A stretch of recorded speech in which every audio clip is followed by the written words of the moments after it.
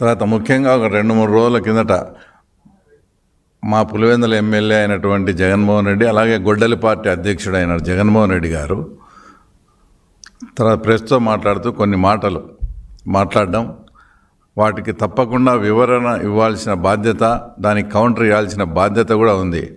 తర్వాత ఎందుకంటే జెన్జీ అంటే ఇప్పుడు 20 years నుంచి 30 yearsలో ఉండే వాస్తవంగా ఏదైతే ఆంధ్రప్రదేశ్ రాష్ట్రంలో యువత ఉన్నారో వాళ్ళందరికీ కూడా YS Jagan Reddy family, Rajasekhara Reddy family, Rajareddy అంటే వీళ్ళ కుటుంబ స్థితిగతులు, ఆ తర్వాత ఆనాటి పరిస్థితులు ఏంటి, వీళ్ళు ఏమేమి దారుణాలు ఆకృత్యాలు చేసి తర్వాత రాష్ట్ర రాజకీయాన్ని తర్వాత ఈ రకంగా తమ గుప్పిట్లో పెట్టుకొని ఈ రకంగా దుర్మార్గాలు చేసినారో అవన్నీ కూడా చెప్పాల్సిన బాధ్యత ఉంది.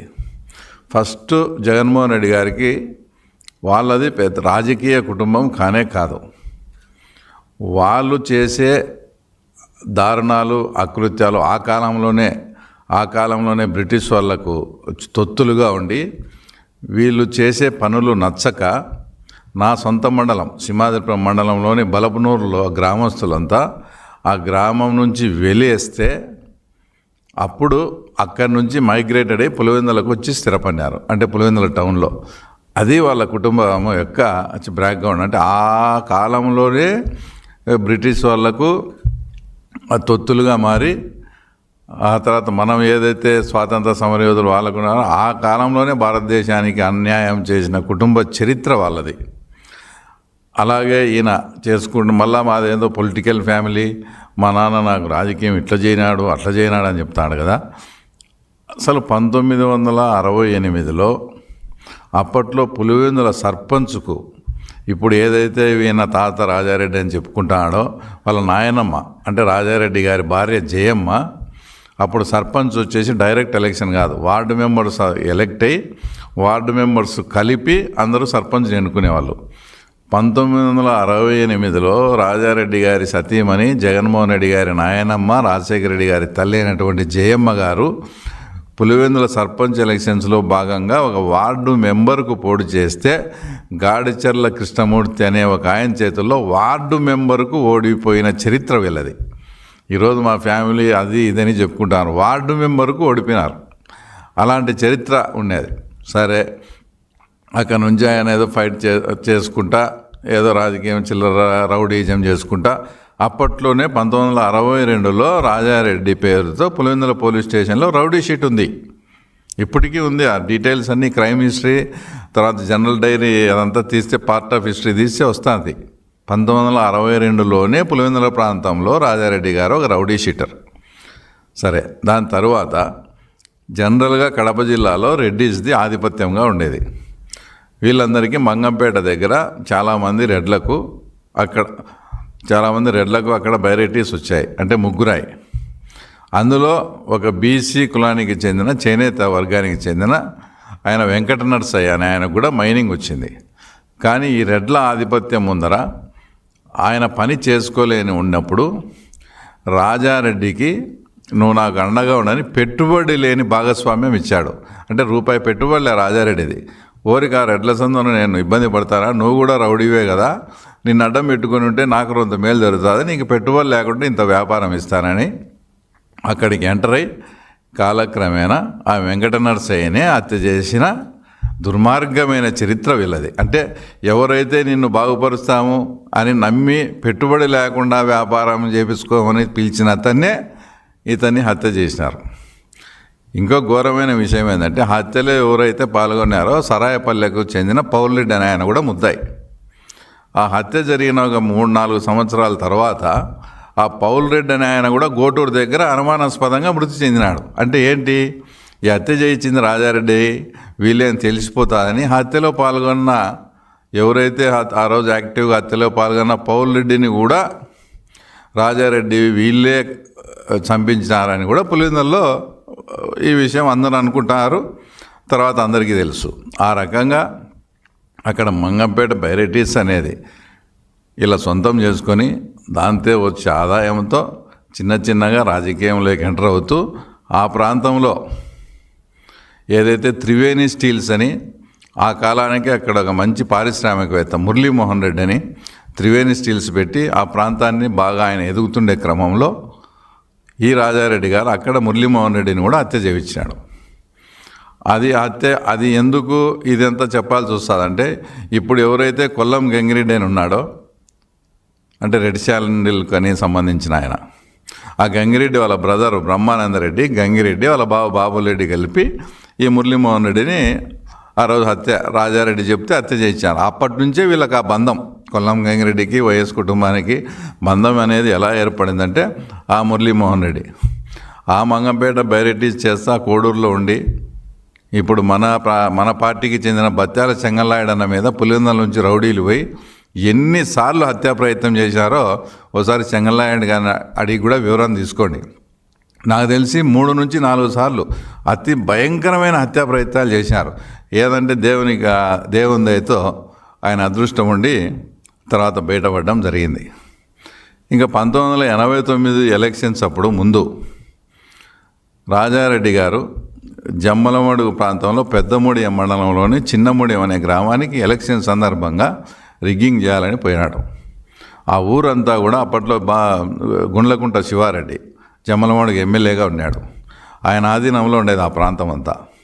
ఈయన రాజారెడ్డి పోతే, నువ్వు పులివెందులకు అయితే రౌడీరా, మాకేం రౌడీ అని ఒక ఇంట్లో వచ్చి ఈయన బంధింపజేసి చాలా అవమానపరిచి ఆ రోజు పంపించారు. తర్వాత దానికి రిటాలియేషన్గా, దానికి ప్రతీకారంగా ఎలాగైనా కూడా శివారెడ్డిని అంతమొందించాలని ఆ దేవుడు వాళ్ళకు ఉండే ఫ్యాక్షన్ నేపథ్యాన్ని అడ్డు పెట్టుకొని తర్వాత దేవుడులను పిలుచుకొని తర్వాత శివారెడ్డి మర్డర్ కూడా హత్యకు ప్లాన్ చేసినారు. అది కూడా ఏ రకంగా మాకు బాగా గుర్తుంది. ఈరోజు ఆదన్న వాళ్ళు, మిగతా వాళ్ళు, దేవుడు నారాయణ రెడ్డి అన్న వాళ్ళు కూడా మన పార్టీలోనే ఉన్నారు.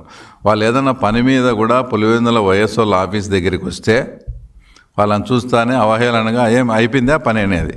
అంటే ఏం పని అంటే, అదే శివారెడ్డిని చంపే పని. లేదు శివారెడ్డిని చంపకుండా ఇంకా వచ్చారా, మీకు సిగ్గులే, మీరు ఎన్నాళ్ళు ఉండే అంతే. ఏదన్నా మీరు వీటికి పులివెందులకు వచ్చేలకు శివారెడ్డిని చంపే రావాలా మీరు.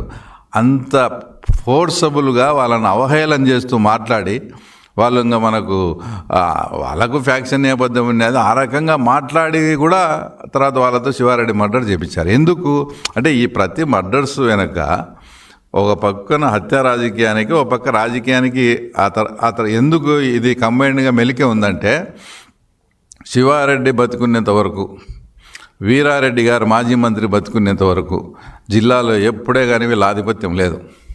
99లో కూడా మాకు 8 సీట్లు వచ్చినాయి. 94లో అవుట్ ఆఫ్ 11కు 9 సీట్లు వచ్చాయి. ఎప్పుడు వీళ్ళు ఉంటే ఇంకా మనం ఈ జిల్లాలోనే ఎదగలేనప్పుడు రాష్ట్రంలో ఎదగాలంటే ఎట్లా? కాబట్టి వీళ్ళని తుదమర్చించాలా, వీళ్ళకి ఎవరు ఆపోజిట్, వాళ్ళని చేరదీయడం, వాళ్ళతో చేపించడము, ఆ రకంగా తర్వాత శివారెడ్డిని కూడా మర్డర్ చేయించడం జరిగింది. ఇక రాజారెడ్డి హత్య, ఇది ఆయన మాట్లాడడం ఏదో జాలితో వదిలేసినాము, చూస్తూ వదిలేసినామని. అసలు రాజారెడ్డి ఏమన్నా ఆయన ఒక రౌడీ షీటరు, అనేకమైనటువంటి హత్యలతో పులివెందుల ప్రాంతంలో ఆయనకు ప్రత్యక్షంగా కానీ పరోక్షంగా కానీ సంబంధాలున్న వ్యక్తి. పేర్ల పార్త అన్న అతనికి అగనెస్ట్గా మండలం ఎలక్షన్స్లో చెప్పకుండా పోటీ చేసినాడనే ఉద్దేశంతో ఇతను ఉంటే ఏదైనా మళ్ళీ భవిష్యత్తులో మనకు రాజకీయంగా ఇబ్బంది పడుతుందని ఆయన పులివెందులో ప్రాక్టీస్ చేస్తూ ఉంటే తర్వాత కొందరిని తర్వాత రౌడీ మూకలను హైర్డ్ పర్సన్స్ పంపించి ఆయన మర్డర్ ప్లాన్ చేసినారు. దేవుని దయతో ఆ రోజు ఆ రూట్లో 2 కానిస్టేబుల్స్ కూడా వెళ్తూ ఉన్నారు. వాళ్ళకి ఇదంతా తెలియదు కాబట్టి అక్కడికి అటాక్ జరిగేటప్పుడు వాళ్ళు పోవడము, వాళ్ళని చూసి వాళ్ళు చనిపోయినాళ్ళని వదిలేసిపోవడము, వాళ్ళు ఇమ్మీడియట్గా హాస్పిటల్లో చేర్పించడము, ఆ రకంగా ఆయన బతికి బట్టగట్టినాడు. మాకు ఏ సంబంధం లేకుండా మాకు వచ్చి కేవలం రాజకీయానికి కోసమని మా అన్నను కానీ ఇంత పని చేస్తారా? ఇంకా రాజారెడ్డి బతికుంటే మమ్మల్ని చంపుతాడు కాబట్టి రాజారెడ్డినే మేము ఎందుకు చంపకూడదు అనే ఆలోచనతో చేసిన పని అది. నువ్వేదో వాళ్ళు ఏదో ఇంకోటో కాదు, నువ్వు బతికుంటే అతను మమ్మల్ని చంపుతావు. అట్టప్పుడు ఎవడైనా విధి లేని పరిస్థితుల్లో మా అన్న మీద అటాక్ చేసినారు, నువ్వు బతికుంటే మళ్ళీ మమ్మల్ని చేస్తావని ఇంకా మేము మనుగడ సాగించాలంటే రాజారెడ్డి అనే వ్యక్తి భూమి మీద ఉండకూడదని వాళ్ళు ఆ రోజు అటాక్ చేయడం, ఆయన చనిపోవడం. చనిపోతే ఆ రోజు సొంతం పాడతా అన్న వాళ్ళ తమ్ముడు ఉమామహేశ్వరరెడ్డి కూడా ఆ రోజు ఆ తర్వాత వీళ్ళతో హత్య గావింపమన్నాడు. ఆ రోజు ఆ బాంబులు వేసే క్రమంలో ఆయనకు కూడా దెబ్బ తగిలి వేరే చోటు ఉంటే పులివెందుల నుంచి పోయి ఎవరైతే ఇప్పుడు భారతీయ వాళ్ళ ఫాదర్ కానీ, అవినాష్ రెడ్డి ఫాదర్ కానీ, భాస్కర్ రెడ్డి కానీ, ఈసీ గంగిరెడ్డి కానీ ఆ కేసులో ముద్దాయిలు అందరూ వాళ్ళు. ఆ రోజే ఈ రిటాలియేషన్కు ప్రతీకారంగా ఆ రోజే జరిగింది. విచిత్రమైనది ఏంటంటే రాజారెడ్డి మర్డర్ జరిగిందని, మర్డర్ చేసినారని ఉమామహేశ్వరరెడ్డిని మళ్ళీ వాళ్ళు వచ్చి చంపితే రాజారెడ్డి కేసులో పడిన వాళ్ళకు మీ అధికారాన్ని ఉపయోగించి శిక్ష పడింది. దానికి ప్రతీకారంగా జరిగిన మర్డర్ వల్ల శిక్ష పడలే. అంటే మీరు అధికారాన్ని ఏ రకంగా దుర్వినియోగం చేసి తర్వాత ఇంకా మేము జాలిపడి వదిలేసాం. నువ్వు వదిలేసేది ఏంది? వాళ్ళ నానా రకాలుగా ఇబ్బందులు పెట్టినావు. తర్వాత హైకోర్టులో వాళ్ళకు లైఫ్ పడింది. అది లైఫ్ ఎట్లా పడిందా ఏమనేది ఇంక అది మనం అవన్నీ ఇంక మాట్లాడకూడదు. లైఫ్ పడేట్టుగా చేసినారు. వాళ్ళ కుటుంబాలే సర్వనాశనం అయిపోయినాయి. 10-12 ఏళ్ళు జైల్లో ఉండొచ్చి ఇంకా తర్వాత వాళ్ళ మీద జాలి పడేది ఏంది? జాలి కాదు అది. అంతవరకు మీరు మీ ఇష్టం వచ్చినట్లు పల్లెల్లో వీళ్ళతో వాళ్ళని మర్డర్ చేయొచ్చు, వాళ్ళతో వీళ్ళని మర్డర్ చేయొచ్చా పబ్బం గడుపుకుంటూ ఉన్నారు. ఎప్పుడైతే పాఠశాల వాళ్ళు ఇది కరెక్ట్ కాదు, మనం ఆయన బతుకుంటే మనం చంపుతాడని వాళ్ళ ఇంట్లో మనిషి జోలికి పోయేటప్పటికే వాళ్ళు కొంచెం మేలుకొని ఇది మన ఇంటికే చుట్టుకొని వస్తుందని మీరు భయపడి ఆ తర్వాత మళ్ళీ వాళ్ళ జోలికి పోలే. జాలితో కాదు, కేవలం వాళ్ళకు భయపడి. వాళ్ళకంటే రేపొద్దున మనం ఎవరి మీదికి పోయినా కూడా మన ఇంట్లో వాళ్ళ మీదకి వస్తుందని అప్పుడు భయపడి అక్కడి నుంచి కొంతకు కొంత తగ్గడం జరిగింది. ఈ రకంగా రాజారెడ్డి ప్రస్థానం సాగితే ఇంకా రాజశేఖర రెడ్డి విషయానికి వచ్చేటప్పటికి ఒకటి లింగాల మండలం అని ఉంది.